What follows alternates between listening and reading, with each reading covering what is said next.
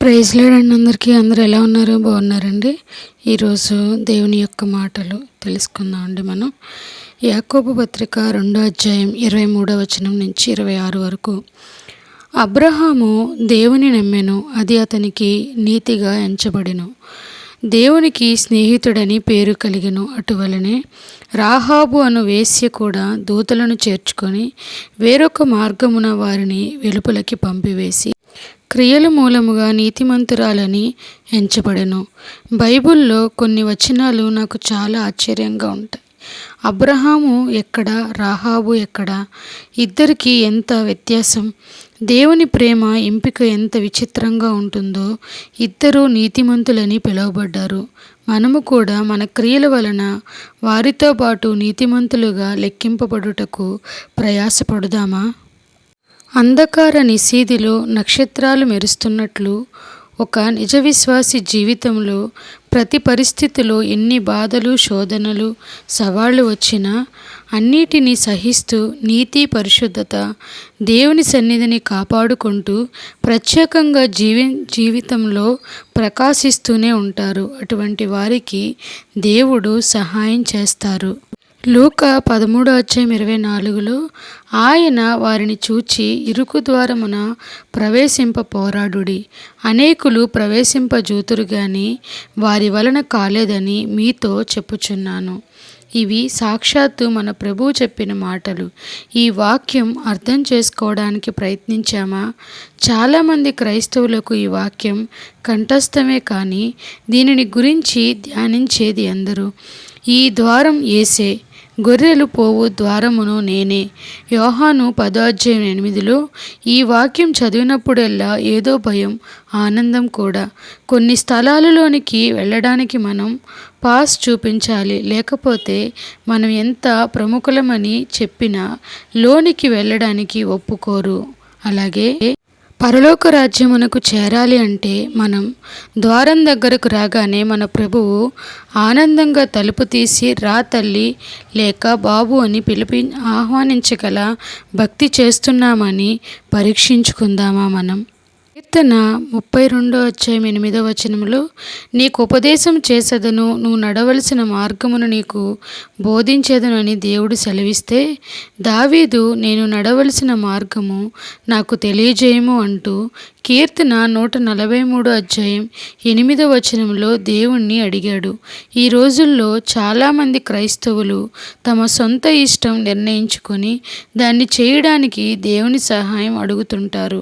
చాలా తక్కువ మంది తాము చేసేది దేవునికి అనుకూలమైనదా కాదా అని వాక్య ప్రకారం జీవించడానికి ఖచ్చితంగా ప్రయత్నిస్తారు. మరికొందరు దేవుని పేరే తప్ప లోకస్తుల కంటే బహుహీనంగా ప్రవర్తించడానికి కూడా వెనుకాడరు.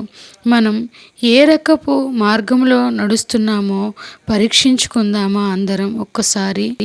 కీర్తన 143:10 నీవే నా దేవుడవు, నీ చిత్తానుసారంగా ప్రవర్తించుటకు నాకు నేర్పుము అంటూ దావీదు ప్రార్థించాడు. ఈ రోజుల్లో చాలామంది క్రైస్తవులు తమ సొంత ఇష్టం నిర్ణయించుకొని దేవుని చిత్తమును ప్రక్కన పెట్టి ఏమాత్రం భయపడకుండా వారి ఇష్టం వచ్చినట్లు జీవిస్తూ ఉంటారు. దావీదు తీసుకున్న నిర్ణయం చూడండి. నీ కట్టడాలను గైకొనుటకు నా హృదయమును నేను లోపరుచుకొని ఉన్నాను. కీర్తన 119:112లో సెలవిచ్చారు. అది మానవ దంపతులు దేవుని ఆజ్ఞ ప్రక్కన పెట్టి తమ సొంత ఇష్టం చేసి సర్వమానవులకు బాధ తెచ్చారు. దేవుని సన్నిధి నుండి వెళ్ళగొట్టబడ్డారు. తమ సొంత ఇష్టం చేసేవారు తమకు శిక్ష ఉందని గుర్తించరు. మనం తీసుకునే నిర్ణయములో ఎల్లప్పుడూ దేవునికి భయపడాలి. దేవుని రాజ్యం చేరాలని ఆశ కలిగిన మనం ప్రతి పరిస్థితిలో మనల్ని మనమే జాగ్రత్త పరుచుకుంటూ ఉండాలి. సామెతలు 19:16లో ఆజ్ఞను గైకొనువాడు తన్ను కాపాడుకొనువాడు, తన ప్రవర్తన విషయమై జాగ్రత్తగా నుండువాడు చచ్చును. క్రైస్తవులు దేవుని ఆజ్ఞలను ఎన్నడూ నిర్లక్ష్యం చేయకూడదు. వాటిని గైకొనుటకు పరిశుద్ధాత్మ మనకు సహాయం చేస్తారు.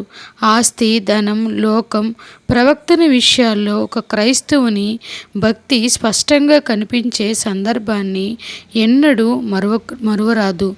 వీటిలో తప్పిపోయినప్పుడు ఆత్మీయముగా చచ్చి పాపానికి దాసులమై దేవుని ఉగ్రతకు పాత్రులమవుతాము. నిజ క్రైస్తవుడు దేవునికి జీవితం ఇచ్చినప్పుడు ప్రతి నిర్ణయం వాక్యానుకూలమై ఉంటుంది. అటువంటి వారు పరిశుద్ధమై దేవునికి మహిమార్థముగా ఉండి అనేకులకు సాక్ష్యార్థమవుతారు. శిలువకు సాక్షిగా జీవించే జీవితం ఎందరికో సవాలుగాను మార్గదర్శనంగాను ఉంటుంది. ఈ లోకములోనిదంతయు శరీరాశ, నేత్రాశ, జీవపు డంబము అని చెప్తూ ఉంటారు. కానీ ఈ లోకంలో వారికి ఉన్న వాటిని గూర్చి మాట్లాడుతూ వాటి యందే చాలామంది క్రైస్తవులు అతిశయిస్తూ ఉంటారు. ఇది ఎంతవరకు సబబో మీరే ఆలోచించండి. నిజ క్రైస్తవులు లోకంలో తమకు ఉన్న వాటిని గురించి ఎన్నిక చేయరు.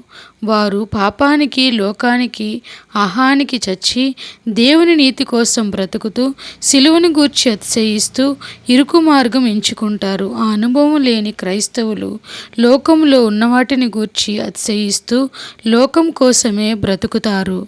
ఏమంటారు? నిజ విశ్వాసి ఎదుర్కొనే శోధన, బాధ, అగ్ని వంటి శ్రమలలో దేవుని కోసం చెక్కు చెదరకుండా నిలుస్తారు. దుఃఖ భారముతో కృంగిపోరు. వారి విశ్వాసం మరింత ప్రభావముతో ప్రకాశిస్తూ క్రీస్తు సువాసన వెదజల్లుతుంది. కానీ చాలామంది క్రైస్తవులు, సేవకులు అనబడే వారు కూడా భక్తి భావన లేకుండా జీవిస్తుంటారు. పాపానికి దాసులై దేవునికి అవమానం తెస్తున్న ధన వ్యామోహాలకు బానిసలై తీర్పు ఉందని గుర్తించరు. ఓ నిజ విశ్వాసి, క్రీస్తును హత్తుకో మిత్రమా. మన ఆనందం, బలం, మన రక్షణ ఆయనే. ఇరుకు మార్గములో నడిచేవారికి పరలోక ద్వారం, ప్రశంసం వేచి ఉందని మరువక సాగిపో బాటసారి. దేవుడి పరిశుద్ధ మాటలు మన వినికిడిలో దీవించునుగాక. ఆమెన్. ప్రైజ్ ద లార్డ్ అండి. Thank you so much.